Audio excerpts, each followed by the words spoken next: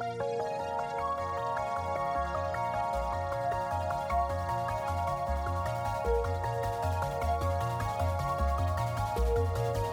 everyone, my name is MaryAnn Talavera. I work at NYU Tisch School of the Arts, and I'm joined by Todd Bryant, who works at Tandon. Okay, so I'm going to talk to you guys a bit about virtual production education at Tisch. So a little bit about me. I'm the Associate Director for Recruitment at Tisch Special Programs. My background's in content creation. I am currently an artist in residence at Barnard's Movement Lab, and I'm an ITP alum. And one of the reasons why I got into virtual production was because it really kind of like unlocked my imagination of what I thought I could make. Just with all the free tools and resources, I feel like it's really empowering for filmmakers. So I'll give you a little bit of a background on Tisch. So it was founded in 1965, started off to offer conservatory training in theater and film, and since then has become one of the leading arts schools in the country. We have roughly 4,300 undergrads and 700 grad students. Yeah, I want to read this part because I don't want to mess it up. We're the only school in the world to offer BAs, BFAs, MAs, MFAs, MPS, and PhD degrees in the following: acting, dance, cinema studies, collaborative arts, design for stage and film, dramatic writing, film and television, game design, interactive media arts, interactive telecommunications, moving image archiving and preservation, musical theater writing, performance studies, photography, public policy, and recorded music. And so the way I like to think about it, and problematic author aside, I think of Tisch as kind of like Hogwarts for arts. So it's just like this magical place, and every department is special, and so I love working there. So before, Tisch offers an intro to virtual production course, but before I talk about that, I want to talk about a sampling of other courses offered in two of our departments, one being animation and the other one being ITP and IMA. And virtual production really is kind of like this catchphrase for a variety of techniques and technologies, so we'll just take a look at this. Okay, so animation, the animation area lives under the film and television department, and we also offer a grad MFA as well, but I'm going to be focusing on undergrad. So if you're a film and TV student, I think that you can use the traditional filmmaking tools that you've been taught and apply them with these emerging technologies. Okay, so for animation, as I mentioned, animation falls under film and TV, and so these are some of the courses that you would take if you're trying to use some of these tools. The first one being the Intro to 3D. It's kind of like the prerequisite for the others: VFX and compositing, VR using Unreal, and Intro to Houdini. Intro to 3D is taught by Phil McNanny, and so I'm going to try to scrub through these because this is a bit of a long video. So these are student projects that are built for the classes VR using the Unreal Engine and Intro to Houdini. Try to go slowly so you can see the students' names. So these are just some sample projects.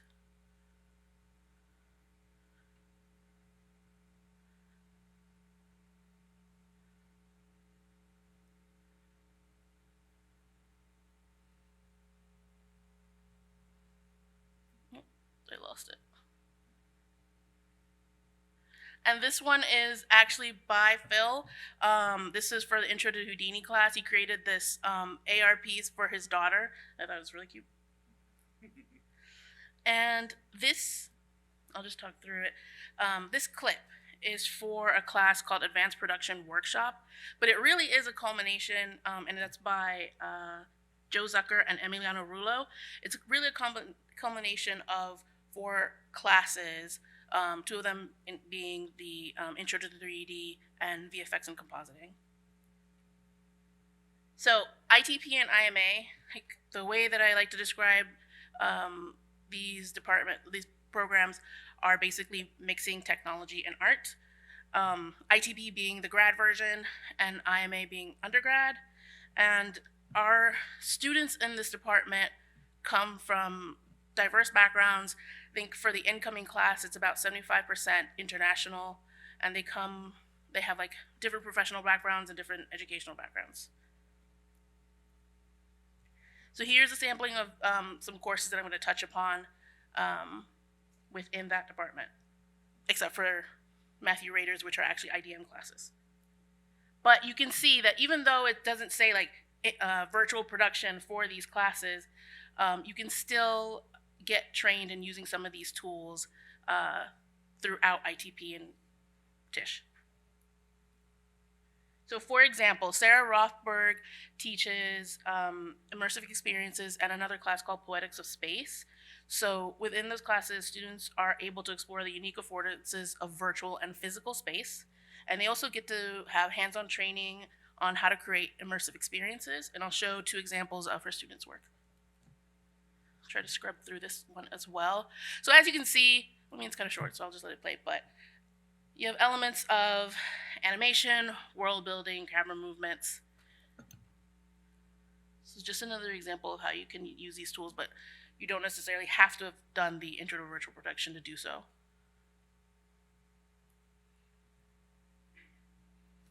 There's another student project called One Man Band. It's an interactive VR piece.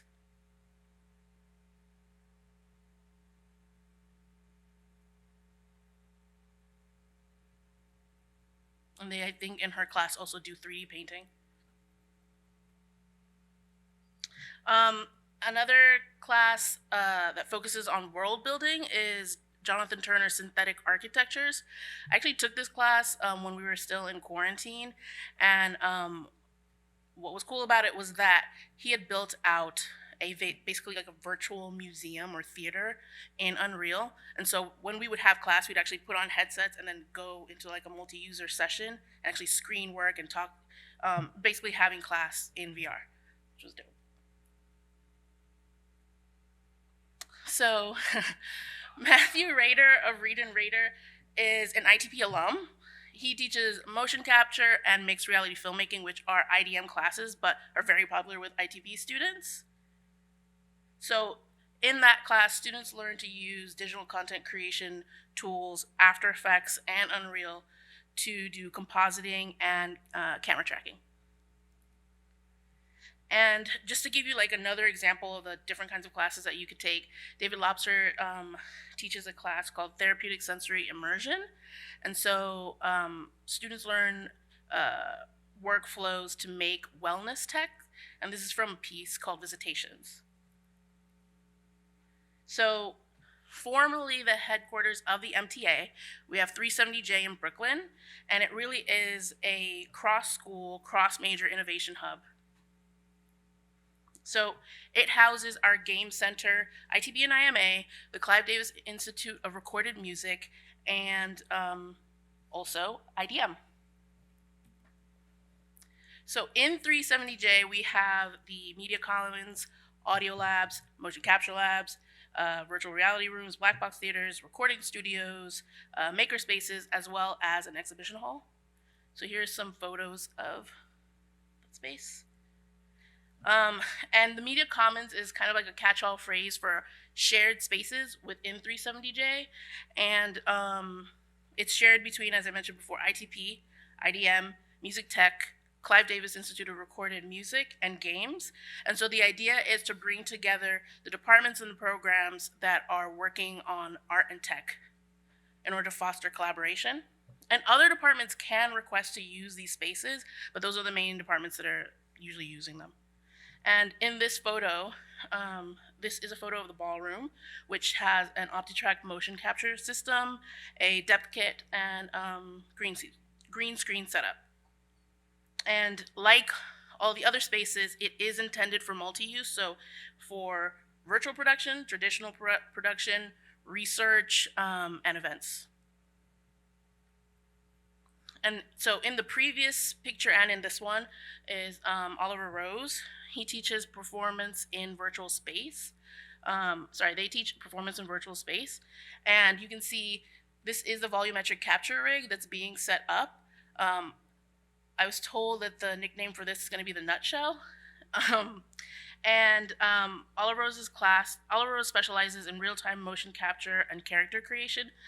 In their class, students use motion capture to create real-time virtual experiences, build sets, produce interactive props, design unique characters, and it's really dope. Like, he basically makes like live performance with avatars.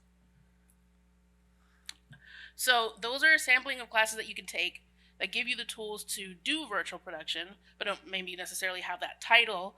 But now I'm going to talk about the Intro to Virtual Production course, which was specifically designed for Tisch students to learn about virtual production. It's for undergrads and grads. And this course is taught by Sangjin Bae, who is a senior producer and supervising technical director specializing in commercial and long-form animation. Sang has over 20 years of experience. And in his practice, he employs traditional drawn animation, stop motion, mixed media, 3D, and interactive prompts. So the class is composed of lectures, discussions, screenings, exercises, group critiques, presentations, and it's really designed to expose students to the fundamentals of storytelling using emerging technology. So you're still going over writing, directing, performance, editing, art direction, technical direction. Yes, the students love them. So the way that the class normally works, it's like the first half goes over history of VFX and then current virtual production workflows. And then the second half, you have your tech demos that give you kind of the foundational knowledge of Unreal. Students work in groups of 4 to 6. They collectively write, produce, and develop a 2-minute short previs, which is basically like a visual map of your film. Let me just make sure I don't miss anything. So yeah, collectively they work on writing, producing, and so towards the end of the semester, you do a remote virtual production filming session for your previs with an LED stage over in San Francisco. And then the last 2 weeks of the semester, you're editing your previs and getting ready for a presentation. So sample assignments are going over Unreal Engine tutorials, storyboarding, building environments, sourcing assets, and finally creating the previs. And again, one of the things that, going back to like the Hogwarts example, one of the things that is special about this class is really you have students from all over Tisch who are taking this class. So we knew that film and TV students, ITP, games, that those students would be interested in this course. But what was really interesting is what we found that even in the first iteration back in fall 2020, we had like a good contingent from graduate musical theater writing, which we wouldn't have thought of right away, but they had some great feedback on the course. One person said that being able to work in virtual production was giving him like another tool in his toolbox, and that from there he wanted to get into seeing about sound design in Unreal. And so, I don't know if most people here probably know him, but this is Noah Cadner, who wrote the Virtual Production Field Guide, Volumes 1 and 2. And so our students do like send Noah their assets and then remotely direct their previs using his LED wall over in San Francisco. And like one of my favorite parts about this is that he's very frequently the main actor, so that's a lot of fun. So I'll show you a finalized previs from that session.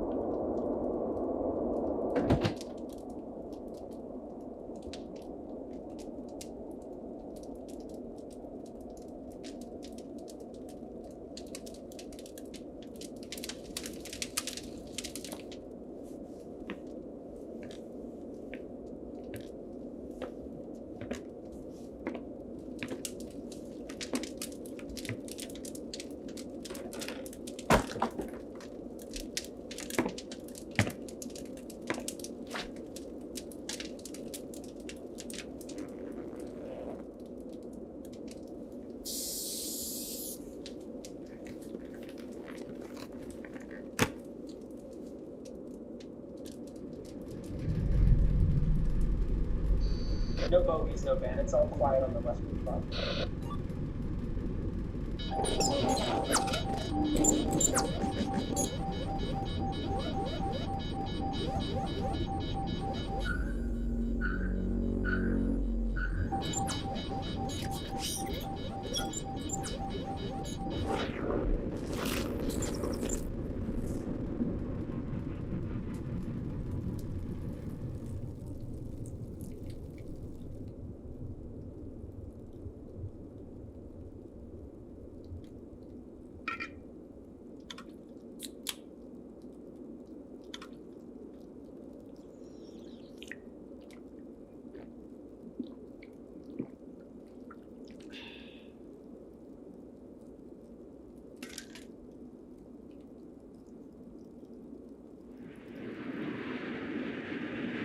Moonshine Liquors. Let it take you to another world. So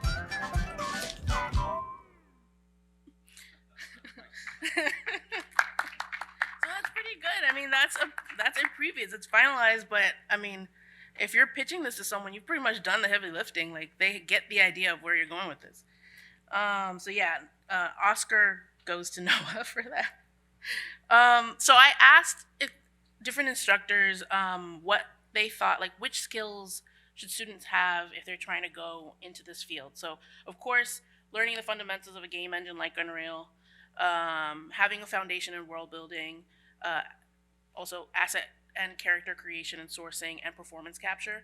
And I asked Noah the same thing, and he said that in addition to learning how LED volumes work and paying attention to kind of what makes and breaks visuals, he suggested becoming an expert in cinematic language and understanding what kind of like realistic shots look like versus CG. And he said that students should focus on, quote, mastering the photographic arts, go around with a manual camera app and just experiment shooting in different setups and environments to see the results, and then learn to replicate nature virtually, which I think was some good advice. And so I'll do little shout outs to some of our students and alumni. So Yino Chen is an IMA senior, focusing on 3D VFX animations and Unreal Engine environments building. Clarice Hill is an alum from ITP. Clarice is an artist, researcher, and a teacher, focusing on critical issues in XR and immersive media. Tinrei Wang, they're a 3D artist, fashion designer, and multimedia designer. And if you can, please check out this project. It's called Go Chase the Bird. It is so trippy and cool. Just let it play for a little bit more.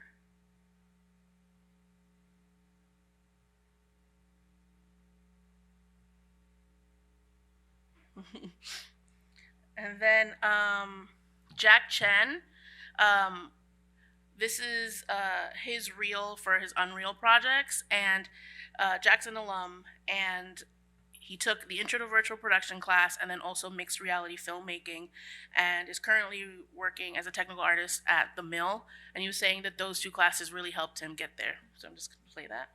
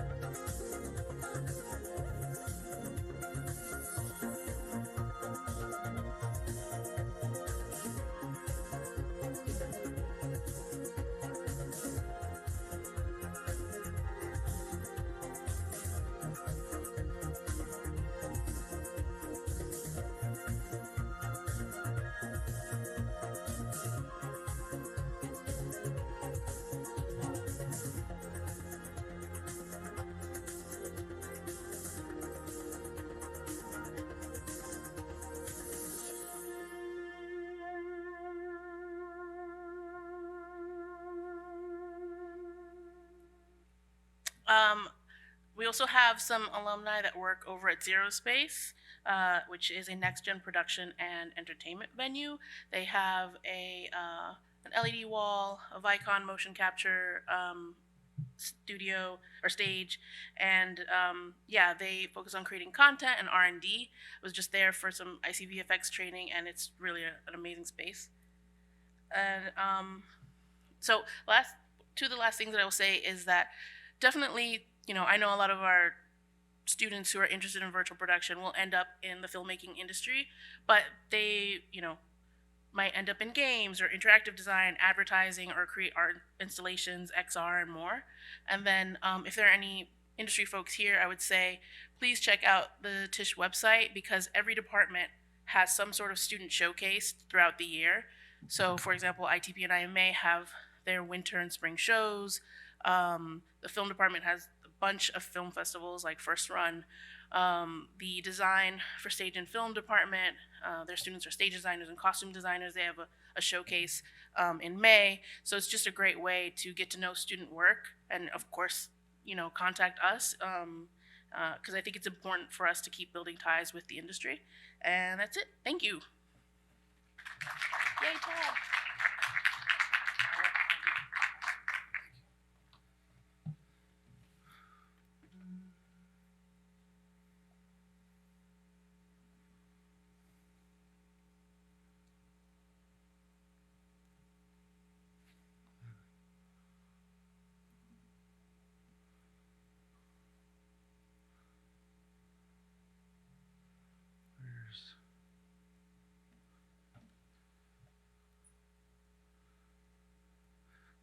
I could do a lot of things with software, but presentations, let's see. No, I did that. I just need to hit the play button. And someone said once that PowerPoint has neither power nor point. So, the presentation button. There we go. All right, I'm ready. So I'm Todd Bryant. I am with the Tandon School of Engineering. We are IDEM, which is Integrated Design and Media. We are the third floor underneath ITP, which is the fourth floor over at 370 J Street. But I'm here to actually talk about another facility that we have that we've been building out in the Navy Yard, the Brooklyn Navy Yard, that is more externally facing. So it's a place where we can all collaborate together, different schools and different commercial ventures. So it's a place for everyone else to share the magic of our Hogwarts, I guess, to continue on with the theme. So I'm the director of production at that facility. I am also faculty. And yeah, I'm also a technical director. And what I'm going to show you is I think a lot of instructors here, especially people who are adjuncts, how projects you do in the real world can filter down into classes that you can teach students relevant skills that are immediately applicable towards their jobs as soon as they get out of school. Or we actually have a problem with graduation at our school because our students get poached before they finish. So that's our thing we're trying to work on. So there's our analog stinger right there. So integrated design and media, there's a lot of information here. It's essentially, we are the sister program of ITP. We're teaching art and design to engineers. We're the STEAM program inside of the engineering school. And uniquely, we are a majority women. We're 14 women, 5 men, and on the faculty, 3 times the national average for unrepresented minorities at engineering school, which is still not that much because it's really low nationwide. And then we also are among the top-ranked UX and XR facilities. In fact, I think we just were ranked number 4 in the nation a couple weeks ago for XR. So what is virtual production with engineers? Right? So I'm first going to tell you a couple of sequence of things that happened, and just kind of you could see my own personal path of how we built out what is basically a virtual production track at IDM. And it all started off with a broken pedestal.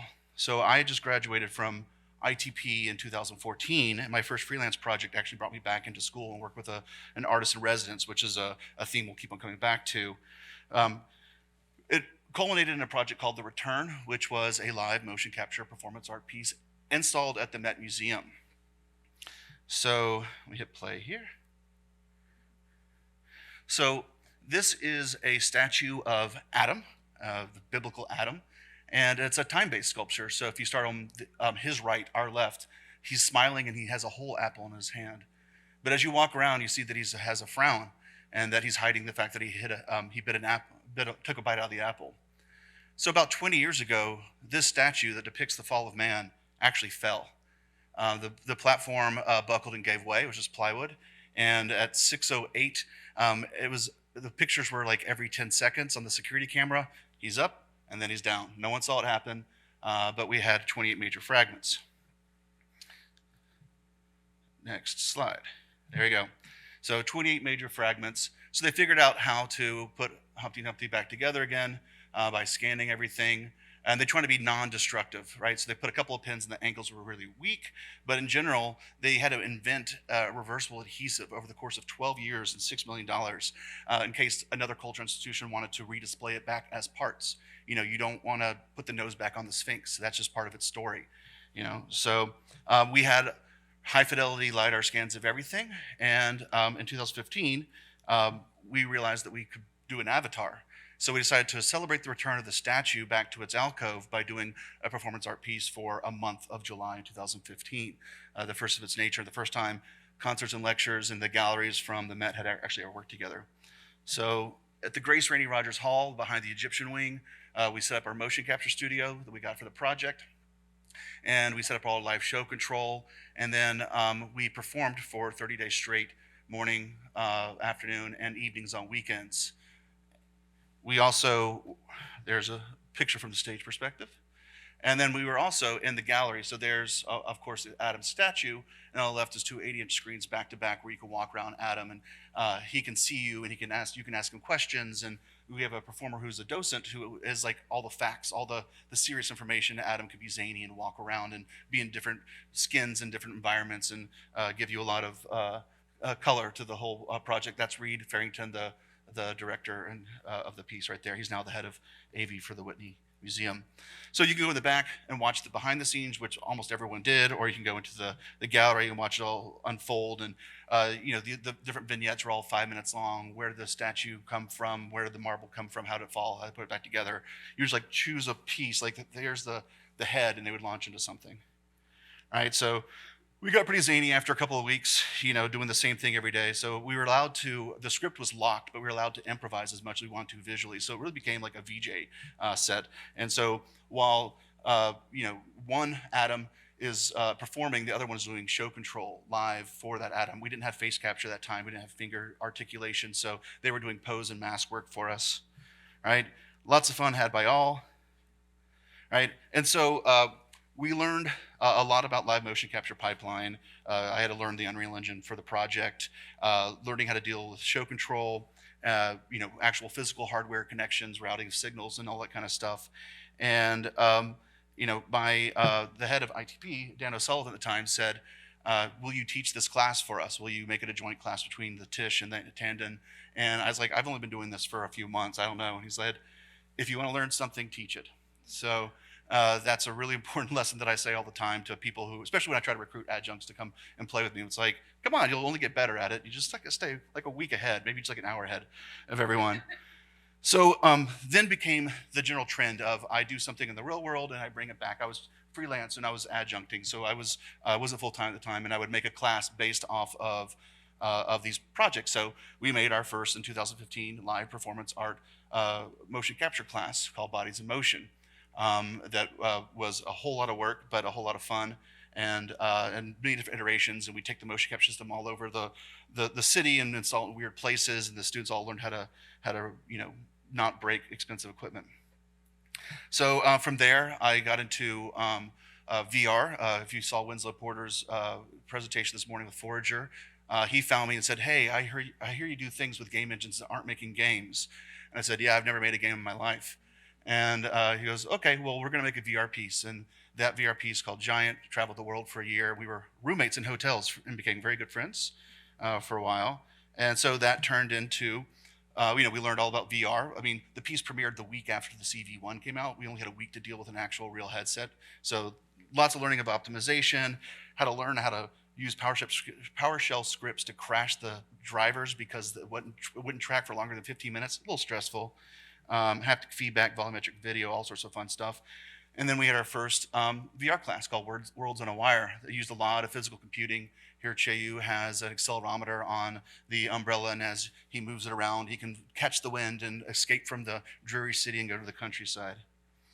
It's at this time that some engineering professors and I wrote a proposal for the city for the first XR small big business incubator called the R Lab.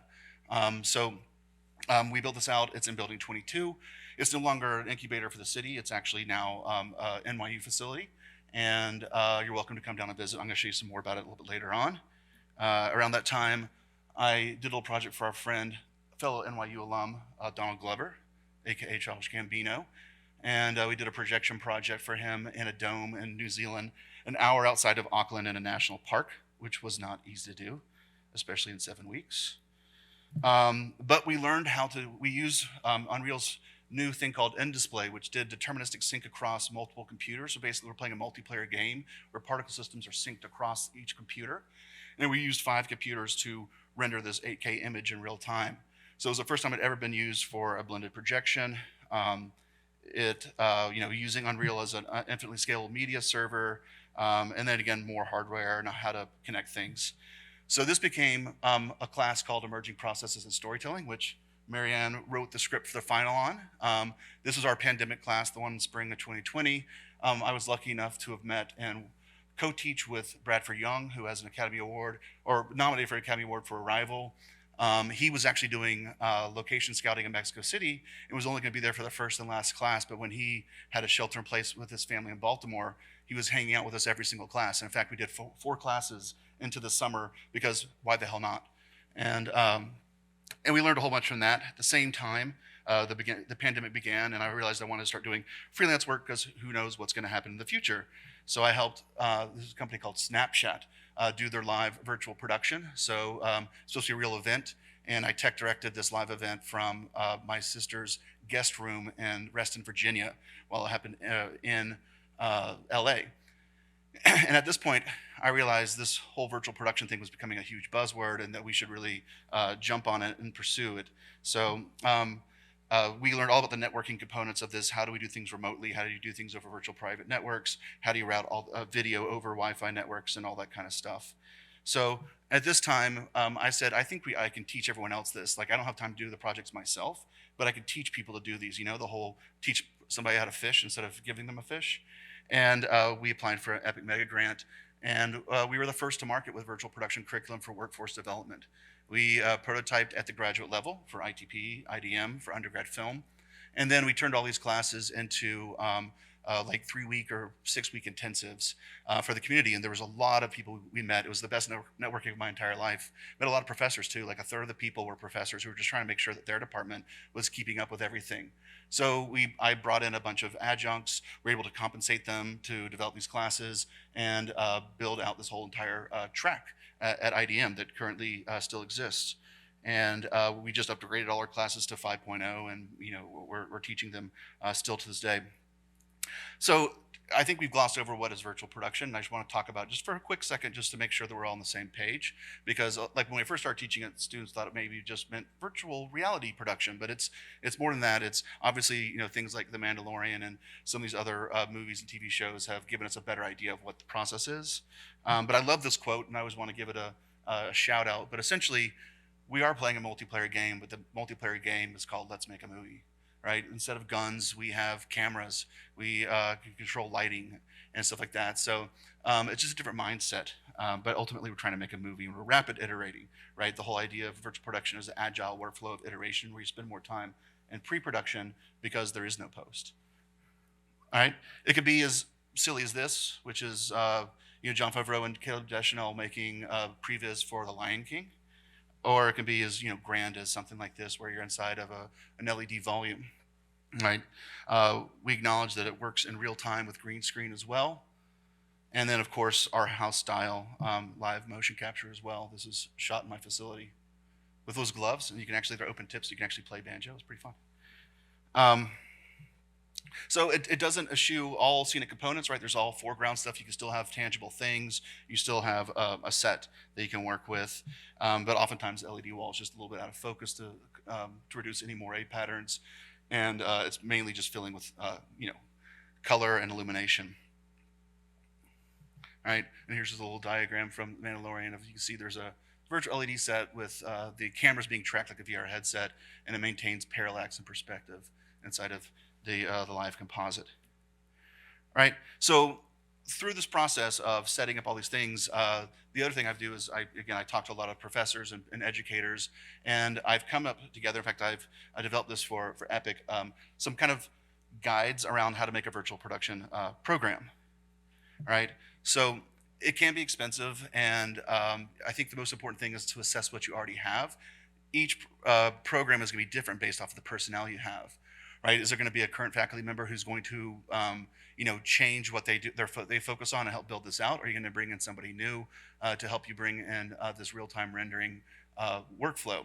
I really think it's important to work with artists that help you develop your house style, give you a unique perspective, like Reed Farrington and the Return Project and live motion capture. That really did define how we went forward into virtual production. So I would say artists, the canaries in the coal mines, are always eager to touch the tech. So bring them in and let them work with them. And then again, Epic Mega Grant was very important to supplement my position and pay for the curriculum development. And so I was brought in as a director of production to actually create, to maintain the facility and bring in partnerships and all that kind of stuff. And then train adjuncts until they get too good and they leave me and go off to the real world. That is already there. Okay, so also you need to assess what you have, which is your equipment and facilities. I'm not a film department. I don't have lights and cameras. Or I do now, but I didn't when I started off. It doesn't mean you have to have an LED wall to be a virtual production department. And all you need is a good computer, right? Virtual production is also just keyframe animation. It's just previs using real time, right? So just get a good computer and install it. The software is free. And there's many different flavors of virtual production, right? So don't ignore the green screen workflow, the mocap workflow, and a lot of these things. You might already have these equipment at your facility and just start with those, right? And then, of course, the biggest resource you have is students. And, they're the ones who are going to help really build out all these classes, and they're the ones that are going to teach us what they can do. Right. And what's great about this is that there are, it's always important for me to message the students that there's kind of three, it's an oversimplification, but three tiers of production. There's the high production value, which is, when they get into AAA gaming or into Hollywood production, and maybe we can't provide those facilities and equipment for them to utilize, but acknowledge what we have and then acknowledge what they can do at home and what they can walk away with if they don't have access to the school's facilities anymore. But definitely want to teach what is industry standard and what we're doing in lieu of industry standard. What's great is that a lot of this stuff can be done with iPads and phones and, Vive pucks and all that kind of stuff, which is great for, dipping your toe in to see. And then the curriculum, we do it just like, I'm sure SVA does and everyone. It's very much about making things and having critiques and editing things and revising things. Definitely need to know the contemporary history of what's going on, and also the deep history of in-camera VFX, miniatures, matte painting, a rear projection, that kind of stuff. So it's important to break down projects, and as soon as a new show comes out, let's reverse engineer it and see how they made it themselves. All right, and then I always leverage the Unreal Engine online learning portal. It's an amazing resource. And in fact, I'm able to, cut off the first 2 weeks of class by assigning things from there that get people up and running, and therefore I don't have to worry about those first 2 weeks of let's open up an engine. Like they've already done that before we even get started, and we get to just dive in and get further into the semester. That was recommended by Epic, and I thought was a great suggestion. And then, so the way my virtual production class is that everyone works on their own into the midterm. That way they get their core competency. And in fact, Yong's piece is due tomorrow. So if you need to see the final thing, it's tomorrow at 2. And then for the final, we just work as a big team. It's just one class where we're writing the story together, and then we work with these tools, and everyone has their own assignment and their own tasks. And we all, the last 3 days of class, we're just doing a play that's recorded motion capture to a timeline that we can revise later on should we need to. And then how do you measure success? It's not grades. It's just getting a job. Virtual production is growing rapidly. I'm constantly, connecting students with jobs and jobs to students. We try to bring in as many people working in the industry as possible so the students can get connected immediately. What's great about the facility that I'm going to be introducing in 1 second is that it is a place for industry to come in and work with students in for long-term projects. And and then we've now accommodated making our thesis class online, so students can take that job and leave and still finish their thesis and get a degree, because we don't want to drag down the rest of the other engineering school with our graduation rate issues. Yeah. And so I want to talk to you specifically about a place called NYU Tandon at the Yard. I know that some of you might have visited there. It's a place where I mentioned before it was the incubator for the city for XR, and now it's more of a virtual production facility where we engage agencies and other schools and collaborate on projects with students. So this is a picture from earlier last week in the morning of Building 22, 3rd floor, and the Navy Yard. So during the pandemic, we had that beforehand. It was a 16,000 square foot former sugar packing plant, completely empty. We ran a bunch of workshops and meetups there, but during the pandemic, we renovated and built out studios and classroom, and it looks really great. You should come down and visit. I'd be more than happy to give you a tour.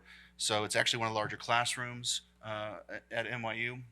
It's designed as a distance learning center. There's embedded microphones and speakers in the back. There's an editing bay. It's where we record our classes for workforce development, all in there. It has, soundproofing and drop ceilings and all those kind of considerations for audio. We have what we call the AR/VR studio.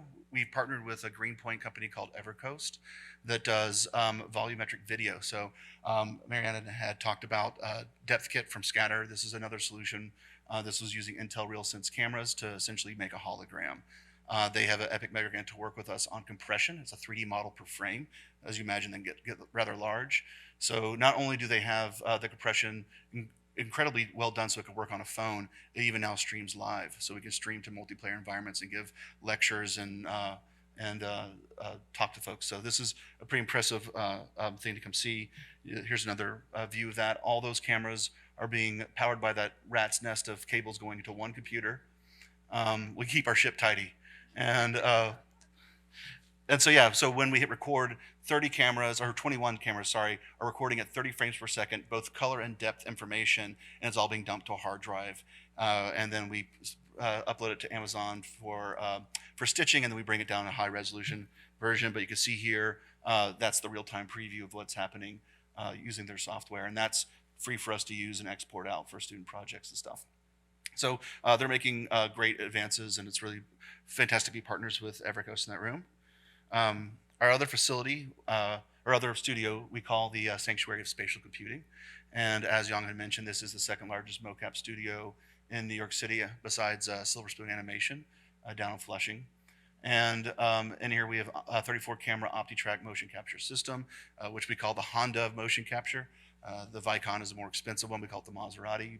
You break it out when you need to sometimes. And then, of course, like the Kinect, we call the bicycle of motion capture. So this is a 35 by 40 foot capture volume. You see there we have a 25 foot wide projection screen so you can see yourself as an avatar in real time. And this is where the students perform and watch their real time visualizations. The game engine. So here's some examples of that.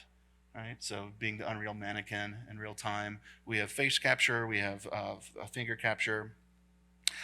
We are working with Final Pixel, which Monica will speak later on today, for LED walls, for in-camera VFX shoots. This is actually the first iteration of the wall. It kind of like slowly grew as we did more and more production to about 25 feet wide. We have a camera package in there, and even treadmills are super fun, so you can animate the backgrounds and do walking scenes.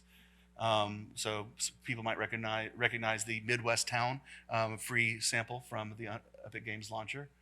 And there we are doing a walking scene, and then more shots of students pretending like they get along and hanging out. Cool. And then most recently, we've gotten into themed entertainment, as I've met a lot of furloughed Imagineers in the ride department, where they were furloughed, and they took some of them took my class, my online class, and so we're like, there should be an engineering school that feeds into themed entertainment. So we did our first class last spring where we actually made dioramas of rides, scanned them, brought them into the game engine, animated camera paths, and then you get to ride your homework. So I think a third of the students wouldn't touch it. They were terrified of it. But we have dummies we put in there. We have little crash dummies, but it's fun. So you can ride it. It's also, we have a PlayStation controller connected to it, so you can actually move yourself around as you're playing your video games and stuff. It can hold like 400 pounds. Something was given to us. It was broken and it was in storage. And we got an electrical engineering master's student to look at it. It was like a $5 voltage regulator. So we were able to fix it for like $5 including shipping. So yeah, we ran with it. So virtual production with things that can kill you. So anyway, yeah, so the space is down in the Navy Yard near the Wegmans. If anyone wants to come by and hang out, I'm more than happy to show you around. All right.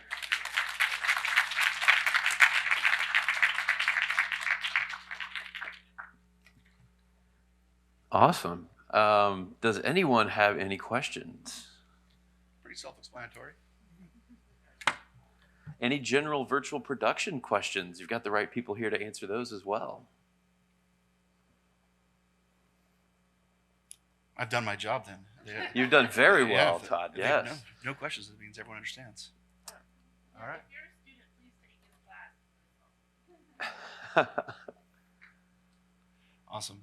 Well, No thanks, one? thanks All for right. listening. Yeah. Thanks again.